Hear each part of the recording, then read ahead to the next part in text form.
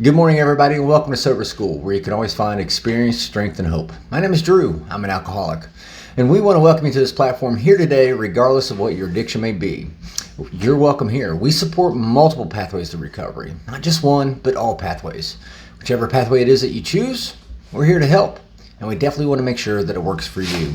If you're watching this through the Recovery Classroom Facebook group page, we encourage you to share your own experience, strength, and hope, and your own words of wisdom. You never know who needs to hear what it is you might have to say, and it could just change someone's life, including your own. Speaking of changing someone's life, man, I got to hear a great lead last night by Eric. Of course, as I mentioned yesterday, he got to give his lead, share his experience, strength, and hope yesterday at the New Beginnings meeting in Barbersville, and it was, you talk about a changed life. There's just no other way to describe it. But he said something in that share that it made me wake up and realize. And I was like, wait a minute. Here's a point. He said, if just one person took away something he said, walked away with something he said, and I thought back to whenever I the very first time I gave my lead. And I said the same thing. And then it hit me. It's not what we say, it's what we do. When I gave my very first lead, sure, I wanted to connect with people. I wanted to, share my experience, strength, and hope. What happened, what it was like before, what happened, and what it's like now. Sure, I wanted to say those things and share that with people in the hopes that I could connect with somebody, in the hopes that they would take something and go, I remember, Drew shared this and Drew went through this or whatever. With Eric's got a little bit more of an advantage, right?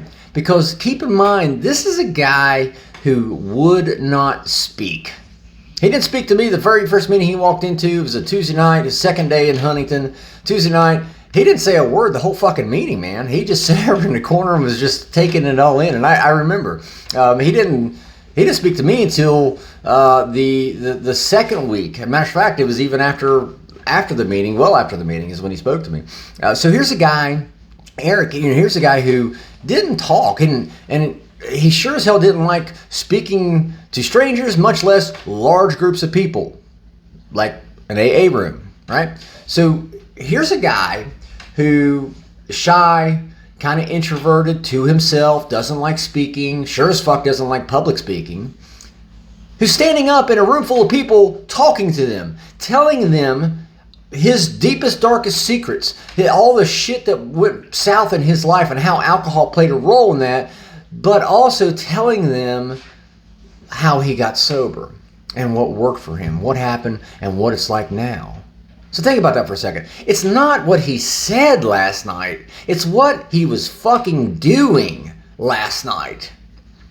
And that is the truth behind it all. You see, a very wise person once told me a very long time ago, actions speak louder than words. It's not what Eric was saying. It's the fact that he was describing where he was at back when he was in the madness, and all of a sudden he's up in front of a room full of people telling them how he got sober. The fact he was doing that in and of itself speaks so much louder than any words he could have ever muttered.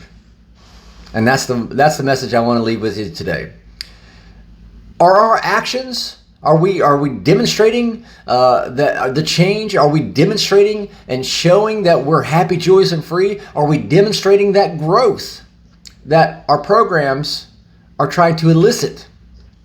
Again, I can say that I'm happy, joyous, and free all damn day. I can say it, yeah, I'm happy, joyous, and free.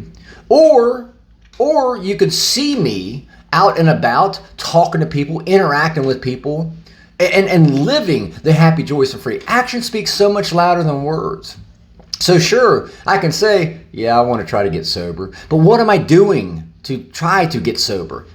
See, and that's a take-home point, another take-home point for last night. Eric, you talk about somebody stepping out of their comfort zone, taking that risk, putting himself out there like that. That's growth. That's gross. It didn't matter if he got up there and bombed it. He still, I texted with him this morning. He's like, I bombed it. I'm like, no, shut the fuck up. No, you didn't. You didn't bomb it. You nailed it. If anything, you nailed it because it wasn't what he was saying, but what he was doing. So I'll let you guys go. I'll leave you with that. I hope you guys have a kick-ass day. Thank you guys for letting me come in and share 5 to 10 minutes of your day with you. This keeps me sober, absolutely. And Eric, once again, I thought you hit it out of the ballpark last night. No pun intended. Even though Jose Altuve did hit for cycle, so I had to share that with you. So, anyway, I'll let you guys go. Guys, remember, you can't get drunk if you don't take that first drink.